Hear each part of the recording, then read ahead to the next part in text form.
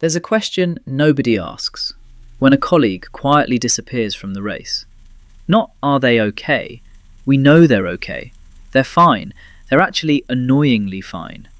The question nobody says out loud is, why does watching them leave make me feel so uncomfortable? Because it's not concern, it's something closer to envy mixed with confusion, and underneath that, a question you haven't quite let yourself finish. To understand why they left, we have to start with why you're still here. And the honest answer is, your brain was never designed to be satisfied. It was designed to keep going. For our ancestors, falling behind the group wasn't a career setback, it was a death sentence. The person at the bottom of the social hierarchy ate last, was protected last, mattered least. So your brain learned very early in human history to treat status as a survival signal. That wiring didn't disappear when we invented office buildings. It just found new targets. This is why a LinkedIn notification feels weirdly good, even when you know it's meaningless. This is why getting a raise feels incredible for about 3 weeks, and then just feels like the new normal. Your brain registered the win, reset its baseline, and immediately started scanning for the next thing to chase. It's not a character flaw, it's the oldest software you're running. The problem is, no one gave you a manual, and the default setting is never enough. There's a term for what's happening: hedonic adaptation.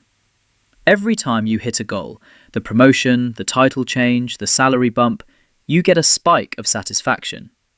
And then, pretty quickly, that spike flattens. The new level becomes the floor, and the treadmill speeds up. What makes modern work particularly brutal for this is the sheer density of signals. It's not just one annual review anymore. It's the Slack message, the team shout-out, the manager pulling you aside after a meeting to say you crushed it. Every little hit resets the loop. Every gap in the signal starts to feel like something's wrong. There's research showing that people who receive constant, small doses of positive feedback at work actually end up more anxious about performance, not less, because their nervous system has been trained to need the signal on a shorter and shorter loop. You're not chasing success anymore. You're managing something that feels a lot more like withdrawal. So what's different about the people who actually step off? It's not that they stopped caring about money or security. Most of them care about it quite a lot, which is partly why they left. They ran the actual numbers, not just the salary number, but the full accounting. How many hours, how much of their attention, how much of their life was being spent maintaining a status they weren't even sure they wanted. And somewhere in that calculation, the trade stopped making sense. But here's what the quit your job and move to Bali version of this story gets wrong. Leaving isn't clean. When you stop being senior manager, you lose more than a paycheck. You lose a shorthand that told other people, and honestly told you, who you were. We use job titles as social currency in a way that's so normalized we barely notice it. What do you do is usually the second question someone asks at a party. When the answer stops being a title, there's this pause, this small, awkward silence, where the other person is trying to recalibrate whether you're someone worth talking to. That silence is one of the harder things about leaving, and it lasts longer than most people expect. About 6 months in, something shifts. Psychologists call it reverse hedonic adaptation. Basically, the same mechanism that made every win feel normal eventually works in reverse.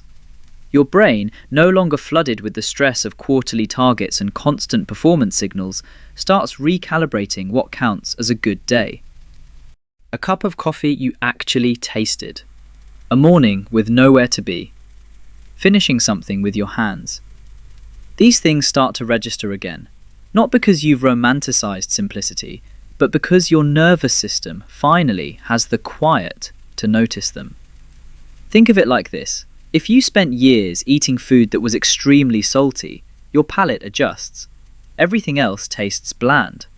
But give it enough time without the salt, and flavour starts coming back. Subtler things, things that were always there. The people who leave the race don't always end up doing something extraordinary. A lot of them just end up doing something that's actually theirs. And that turns out to be enough, not in a consolation prize way, but in a genuine, recalibrated way. Here's what I actually want you to take from this. Leaving isn't for everyone, and it doesn't have to be. But the mental move that the quiet exiters make, the one where they zoom out and ask, what is this actually costing me, and is it worth it? That move is available to anyone. You don't have to blow up your life to apply it. Most of us never make that calculation honestly.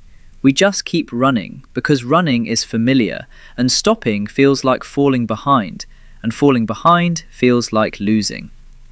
But the people who step off the treadmill, the ones who sit with the discomfort long enough to actually think it through, they're not the ones who gave up.